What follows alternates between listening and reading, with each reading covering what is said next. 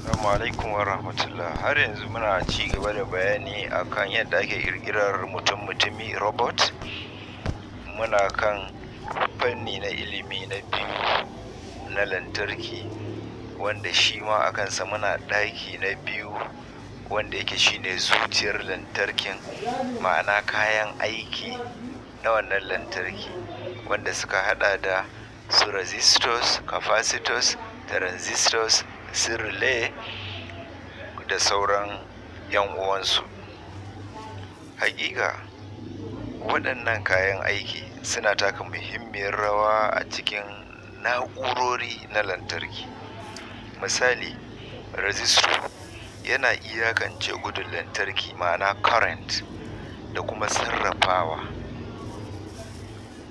a cikin da'ira wadda ake cewa circuit, kuma yana raba lantarki. Misali, ya raba matakin lantarki wanda ake cewa voltage. Kana da voltage 12 misali da ya shigo maka, to resistor shi zai rage maka adadin voltage ɗin ya bawa abin da zai amfani da gwargwadon voltage ɗin da yake buƙata. Ma'ana kamar a ce abin da za ka yi amfani da shi wata torchlight ce misali, ko wata rediyo ce, tana buƙatar voltage 5, wutar kuma ko batirin voltage 12 ne, to resistor shi zai rage wannan voltage 7 ya bar maka 5 ɗin, don torchlight ɗinka ko rediyonka ko dai abin da za ka yi amfani da shi ka yi amfani lafiya ba tare da ya ƙone ko ya lalace ba.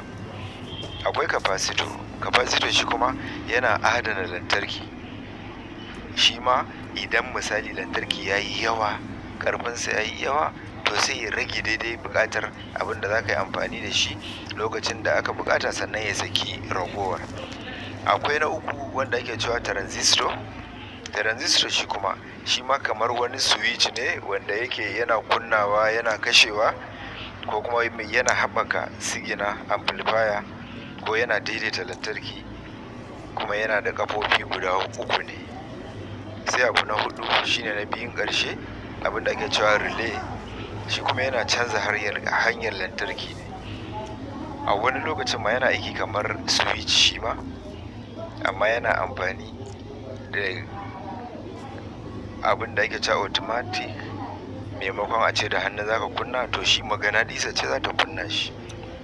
Sai abu na ƙarshe da ake cewa regulator. Shi kuma yana samar da tsayayyen matakin lantarki da ake cewa voltage, kwatankwacin yadda resistor yake yi. Don haka shi ma in misali voltage ɗinka 9 ne, amma abin da za ka yi amfani da shi yana buƙatar 5 ne, to zai rage wannan ragowar ya bar maka daidai buƙata, don kar abin da za ka yi amfani da shi ya lalace. To na gode, anan za mu tsaya, amma dai za mu ɗau ɗaya bayan ɗaya mu faɗaɗa bayani don mu fahimci meye resistor, meye capacitor, meye transistor, meye relay, meye regulator. Na gode.